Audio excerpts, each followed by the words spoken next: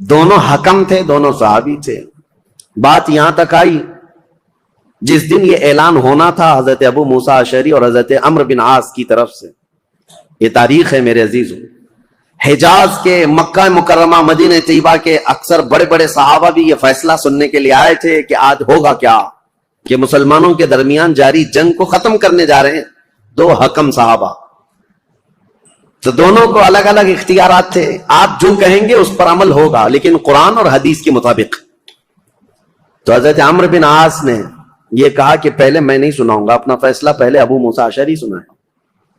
حضرت ابو موسیٰ اشعری کو کھڑا کیا گیا, تو انہوں نے اپنا فیصلہ سنا دیا کہ میں نے یہ ارادہ کیا ہے کہ مسلمانوں کو جنگوں میں مبتلا کرنے سے بہتر ہے کہ یہ خلافت سے دونوں معزول ہو جائیں, دستبردار ہو جائیں. جبکہ امیر معاویہ رضی اللہ تعالیٰ عنہ کی اس وقت بھی کچھ لوگ خلافت کا اعلان کرتے تھے اور یہ خلافت کا معاملہ تھا, تو آپ نے کہا دونوں دستبردار ہو جائیں, مسلمانوں کے حق میں یہ فیصلہ ہو جائے. حضرت عمرو بن عاص نے یہ نہیں کہا, وہ کھڑے ہوئے کہا, دو حکم تھے, ان میں سے ایک حکم نے اپنا فیصلہ سنایا ابو موسیٰ اشعری, انہوں نے اپنے فریق حضرت علی کو معزول کر دیا, لیکن میں اپنے فریق امیر معاویہ کو معزول نہیں کرتا, تو یہ ہمارا فیصلہ ہے. اس بات پر بہت بڑا ہنگامہ ہوا. پھر بات یہاں کو پہنچی کہ ان دونوں حکموں کی بات تسلیم کی جانی تھی, لیکن شامی الگ باغی ہو گئے, عراقی الگ باغی ہو گئے. بہرحال یہ معاملہ اس وقت جا کر ٹھنڈا ہوا جب خود حضرت علی اور حضرت امیر معاویہ آمنے سامنے آ گئے, اور ان دونوں نے آپس میں بیٹھ کر کے پھر صلح نامہ لکھا. حضرت علی کرم اللہ وجہ الکریم اپنی باقی ماندہ فوج کو لے کر عراق تشریف لائے, کوفہ, اور حضرت امیر معاویہ کو ملک شام بھیج دیا گیا. یہ معاملات جو ہوئے 37 ہجری میں, یعنی حضرت علی رضی اللہ تعالیٰ عنہ کی خلافت قائم ہو چکی تھی 35 ہجری میں, 37 ہجری میں یہ سب حالات ہوئے. پھر حضرت علی کرم اللہ وجہ الکریم کوفہ تشریف لے گئے. 40 ہجری میں حضرت علی کا انتقال ہو گیا. کل یہاں تک کے حالات میں آپ کے سامنے بیان کر چکا تھا, چونکہ یہ جنگ صفین کے بارے میں کل مختصراً عرض کیا تھا, آج میں نے اس کو ڈیٹیل میں آپ کے سامنے رکھ دیا. دونوں جنگیں اس میں مسلمانوں کا بڑا خسارہ ہوا ہے, جنگ جمل ہو کہ جنگ صفین ہو, دونوں جنگوں میں مسلمان شہید ہوئے. لیکن جانتے ہو ان جنگوں کے بارے میں تمہارا موقف کیا ہے, ہمارا موقف کیا ہے, شیعہ لوگوں کا موقف کیا ہے, یہ اپنی جگہ پر خود مولا علی کرم اللہ وجہ الکریم کا موقف کیا ہے, یہ ہم دیکھتے ہیں. جنگ صفین میں جو قتل ہو کر کے گرے ہوئی تھی لاشیں, جنگ کے بعد حضرت علی رضی اللہ تعالیٰ عنہ میدان سے گزرتے, یہ بھی حدیث موجود ہے, روایت موجود ہے, ابن عساکر کی روایت. حضرت علی رضی اللہ تعالیٰ عنہ میدان سے گزرتے تھے, اور جب اپنی فوج کے جو مقتول تھے, شہید تھے, ان کو دیکھتے اور کہتے یہ جنتی لوگ ہیں جو شہید ہو گئے. اور پھر ادھر کی جماعت کے جو لوگ قتل ہوئے تھے ان کی لاشوں کے پاس جاتے, حضرت علی کہتے یہ جو جتنے قتل ہوئے جنتی لوگ ہیں. میرے عزیزو, دونوں کے متعلق یہ بات کہنا, یہ آپ کو سمجھنا چاہیے کہ جس امام کے سامنے یہ معاملات درپیش تھے, انہوں نے خود کہا کہ دونوں طرف مسلمان ہیں, اور جو تلواریں اٹھی ہیں وہ غلط فہمی کی وجہ سے اٹھی ہیں یا کسی فتین کی فتنہ انگیزی کی وجہ سے اٹھی ہیں, ان کی اجتہادی خطا ہے. لیکن بعد کے آنے والے اکابر علماء اور اکابر ائمہ اکرام جتنے بھی ہیں, سبوں نے یہی کہا ہے جنگ میں دونوں طرف صحابہ تھے, لیکن حق پر علی بن ابی طالب تھے, سیدنا مولا علی کرم اللہ وجہ الکریم تھے. خیر, 40 ہجری میں جب آپ کا انتقال ہوا تو اب خلافت کا مسئلہ پھر سے آ گیا. میں نے آپ کو شروع سے بتایا ہے تاریخ اسلام میں خلافت کا انتخاب, خلیفہ کا انتخاب, یہ بہت اہم مسئلہ ہوتا ہے. اس وقت بڑی جنگ ہو سکتی ہے, اس جنگ کو ختم کرنا, ارے میاں یہاں چھوٹے الیکشن میں جنگیں ہو جاتی ہیں, وہ خلیفہ اسلام کا انتخاب اور بہت اہم ذمہ داری ہوتی ہے. تو حضرت علی رضی اللہ تعالیٰ عنہ کے انتقال کے بعد جتنے کوفہ کے لوگ تھے, مولا علی کرم اللہ وجہ الکریم کے جتنے حمایتی لوگ تھے, اور مدینہ مکہ مکرمہ میں جتنے لوگ مولا علی کرم اللہ وجہ الکریم کے لوگ, ان کی جماعت کے, ان کے حامیان میں سے تھے, سبوں نے یہ اعلان کیا کہ حضرت علی کے بڑے بیٹے حسن, امام حسن مجتبیٰ کو خلافت پر فائز کیا جائے. حضرت امام حسن کو لوگوں نے بٹھا دیا کرسی خلافت پر اور سب ان کے ہاتھوں پر بیعت کرنے لگے. حضرت امام حسن مجتبی رضی اللہ تعالیٰ عنہ نے بیعت بھی لی. یہ 5ویں خلیفہ ہیں, تاریخ ہے 5ویں خلیفہ ہیں, اور خلافت راشدہ کا جو 30 سال کا پیریڈ ہے اس کے اندر ہی ہیں. ابھی 6 مہینے باقی ہیں خلافت راشدہ کے 30 سال حضور نے فرمایا نا. یہ سارے 29 سال ہوئے تھے حضرت ابوبکر صدیق سے لے کر حضرت علی تک.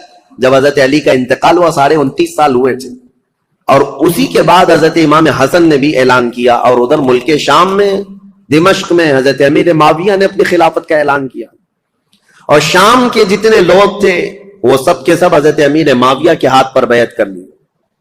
اب یہ خلافت کا تنازع یعنی بیک وقت 2 خلیفہ کا اعلان, یہ سب سے پہلے خلافت راشدہ کے بعد ہوا. حضرت علی کے زمانے میں کبھی بھی حضرت امیر معاویہ نے اپنے خلیفہ ہونے کا اعلان نہیں کیا. یہ کہتے رہے کہ خلافت کا حقدار ہم بھی ہیں, لیکن خلیفہ ہونے کا عام اعلان کبھی نہیں کیا. اور حضرت علی کے انتقال کے بعد بیک وقت 2 خلیفہ کا اعلان. اہل مدینہ جتنے تھے وہ سب حضرت امام حسن کے ہاتھ پر بیعت کیے. اہل مکہ جتنے تھے وہ امام حسن کے ہاتھ پر بیعت کیے. اہل عراق جتنے تھے وہ امام حسن کے ہاتھ پر بیعت کیے. اب سیدنا امام حسن کی خلافت کا دور ہے, تو ظاہر سی بات ہے میرے عزیزوں, کچھ باتیں امام حسن مجتبی کی سننا بھی ضروری ہے. رسول اللہ صلی اللہ تعالی علیہ وسلم کے یہ وہ عظیم نواسے ہیں جن کو خود رسول اللہ میں اپنا بیٹا کہتے تھے, اور مدینے میں موجود صحابہ کہتے ہیں رسول کریم صلی اللہ تعالی علیہ وسلم سے سب سے زیادہ ملتی جلتی شکل اگر کسی کی تھی تو امام حسن مجتبی کی تھی. ان کے چہرے پاک کو دیکھتے لوگ تو حضرت امام حسن مجتبی رضی اللہ تعالیٰ عنہ کو, حضور کو یاد کرتے تھے. اور امام حسن کی فضیلت کیا تھی, یہ نبی پاک صلی اللہ تعالیٰ علیہ وسلم کے وہ محبوبوں میں سے ہیں, دونوں شہزادے حسن و حسین رضی اللہ تعالیٰ عنہما. حضرت ابو ہریرہ رضی اللہ تعالیٰ عنہ ان حدیثوں کے راوی ہیں جنہوں نے مدینہ طیبہ میں خود اپنی آنکھوں سے دیکھا ہے حضور اکرم صلی اللہ تعالیٰ علیہ وسلم کس قدر ان دونوں شہزادوں سے پیار کرتے. یہاں تک کہ ایک مرتبہ امام حسن کو اور امام حسین کو, یا صرف امام حسن کو کندھے پر سوار کر کے حضور مدینے میں چل رہے تھے. کسی صحابی نے دیکھ کر کے حضرت امام حسن کی طرف دیکھ کر کہا, شہزادے کتنی اچھی سواری پایا ہے, کونین کا آقا و مولا سید الانبیاء جس کے دوش پر تو سواری کر رہا ہے. نبی پاک صلی اللہ تعالی علیہ وسلم نے اس صحابی سے فرمایا, تم نے صرف سواری دیکھا, یہ بھی تو دیکھو سوار بھی کتنا اچھا ہے, سوار بھی کتنا اچھا ہے. نبی کریم صلی اللہ تعالی علیہ وسلم ان شہزادگان سے بے حد محبت کرتے تھے, یہاں تک ارشاد ہے حدیث میں, ہما ریحانتی فی الجنہ ہما ریحانتی فی الدنیا. حضور صلی اللہ تعالی علیہ وسلم نے فرمایا کہ یہ دونوں شہزادے میرے لیے دنیا میں جنت کے 2 پھولوں کی طرح. اسی لیے حضور ان کی گردنوں کو سونگتے تھے, اور ان کے چہروں کو جب بوسہ لیتے تھے تو آپ ان کو سونگھا کرتے. صحابہ یہی کہتے, کیا آپ ان بچوں کو سونگھتے ہیں؟ چومنے کا, بوسہ دینے کا رواج تو ہے, سونگنے کا کیا ہے؟ نبی کریم صلی اللہ تعالی علیہ وسلم یہ فرماتے یہ جنت کے 2 حسین پھول ہیں, اور ان کے نام عرب میں بالکل نیو نام تھے, بالکل جدید. اس سے پہلے حسن نام بھی عربوں میں نہیں پایا جاتا تھا, حسین نام بھی نہیں پایا جاتا تھا. صحابہ کہتے ہیں اللہ تعالیٰ نے یہ دونوں نام بچائے رکھے, محفوظ رکھے, اور رسول اللہ کے نواسوں کے سب سے پہلے نام رکھے گئے حسن اور حسین. سیدنا امام حسن اور حسین ان کی فضیلتیں کیا بیان کی جائیں. اب چونکہ امام حسن کی خلافت کا دور ہے تو ان کے بچپن کے حالات, نبی کریم صلی اللہ تعالی علیہ وسلم کی آغوش تربیت میں انہوں نے پروان چڑھی پایا ہے, تو اس سے بہتر اور کیا چیز بیان کی جائے جن کو نبی کریم صلی اللہ تعالی علیہ وسلم نے اپنے ہاتھوں سے کھلایا ہو, اپنے ہاتھوں سے سلایا ہو, اپنے ہاتھوں سے پہنایا ہو, اور جب حضور نماز میں چلے جائیں تو یہ بچے حضور پر سوار ہو جائیں. اس قدر حسین اور خوش نما ماحول میں انہوں نے تربیت پائی ہے مدینہ طیبہ میں. نبی کریم صلی اللہ تعالی علیہ وسلم کی آغوش محبت میں پروان چڑھنے والے یہ جوانوں کی فضیلتیں بیان سے باہر ہیں. حضور نے فرمایا میرے یہ دونوں بچے جنتی جوانوں کے سردار ہیں. اور حضور اکرم صلی اللہ تعالی علیہ وسلم نے خاص امام حسن کے لیے جو ایک بات فرمائی, چونکہ خلافت امام حسن کی بات چل رہی ہے. ایک بار رسول پاک صلی اللہ علیہ وسلم خطبہ دے رہے تھے ممبر پر کھڑے تھے, تو امام حسن ایک پاؤں کو پکڑے ہوئے تھے حضور صلی اللہ علیہ وسلم کی, حضور کے قدم مبارک کو پکڑے ہوئے تھے. جب حضور ممبر پر خطبہ دے رہے ہیں، نبی کریم صلی اللہ تعالی علیہ وسلم نے خطبہ دیتے دیتے لوگوں کو یہ ارشاد فرمایا، لوگوں اس بچے کو پہچانو، ایک دور آئے گا میرا یہ بچہ سردار ہوگا اور میری امت کی 2 بڑی جماعتوں میں صلح کر آئے گا۔ حضور صلی اللہ تعالی علیہ وسلم کا فرمان کب؟ جب امام حسن کی عمر بہت چھوٹی سی تھی، بچپن میں رسول پاک صلی اللہ تعالی علیہ وسلم کا قدم پاک پکڑ کر بیٹھے ہوں خطبے کے دوران، اس وقت رسول اللہ نے یہ بشارت دی تھی کہ میرا یہ بیٹا سردار ہوگا اور 2 بڑی جماعتوں میں صلح کرائے گا۔ بہرحال فضیلتیں بیان سے باہر ہیں، آپ نہایت ہی متقی پرہیزگار، یہاں تک کہ صحابہ اور تابعین نے کہا ہے، امام حسن بصری اور دیگر تابعین سے روایت ہے کہ امام حسن بصری سے زندگی بھر میں کسی نے سخت جملہ نہیں سنا۔ ایک ہی مرتبہ ان کا عمیر بن عثمان ان سے کچھ زمین کے معاملات کو لے کر کے مسئلہ ہوا، انہوں نے انہیں سمجھایا، بہت سمجھایا۔ امام حسن کبھی بھی سخت جملہ نہیں کہتے تھے اور نہ ہی زندگی میں کبھی کسی نے ان سے گالیاں سنی، کبھی نہیں ہوا۔ حضرت امام حسن بہت بردبار کس کو کہتے ہیں؟ سب سے زیادہ برداشت کی طاقت رکھنے والا، امام حسن کے اندر یہ جذبہ تھا، کبھی کسی کے خلاف سخت جملہ استعمال نہیں کیا۔ عمیر بن عثمان سے جب یہ معاملہ ہوا تو لوگوں نے آ کر کے کہا کہ آپ کی ساری دلیلیں، ساری باتیں انہوں نے رد کر دی، وہ ماننے کو تیار نہیں۔ امام حسن نے کہا اس سے زیادہ میں کیا کر سکتا ہوں، اس کی ناک خاک آلود ہو جائے۔ بس یہ ایک جملہ فرمایا گیا، پوری زندگی میں ہم نے امام حسن سے سنا، اس کے علاوہ سخت جملہ کسی کے بارے میں کہتے ہوئے کبھی نہیں سنا۔ حتیٰ کہ آپ کو میں بتاؤں، مروان، یہ جس نے حضرت عثمان غنی کی مہر چرائی تھی، یہ مروان جو بھاگ کر گیا تھا حضرت عثمان کے قتل کے وقت، مدینے میں نہیں تھا، یہ حضرت علی رضی اللہ تعالیٰ عنہ کی وفات کے بعد جب امیر معاویہ نے ملک شام میں خلافت کا اعلان کیا تو مروان کو مدینے کا گورنر بنا کر بھیج دیا۔ یہ مروان سخت قسم کا آدمی تھا، اس کی پیدائش میں فرمایا تھا رسول کریم صلی اللہ تعالیٰ علیہ وسلم نے، گرگٹ کا بچہ گرگٹ پیدا ہو گیا۔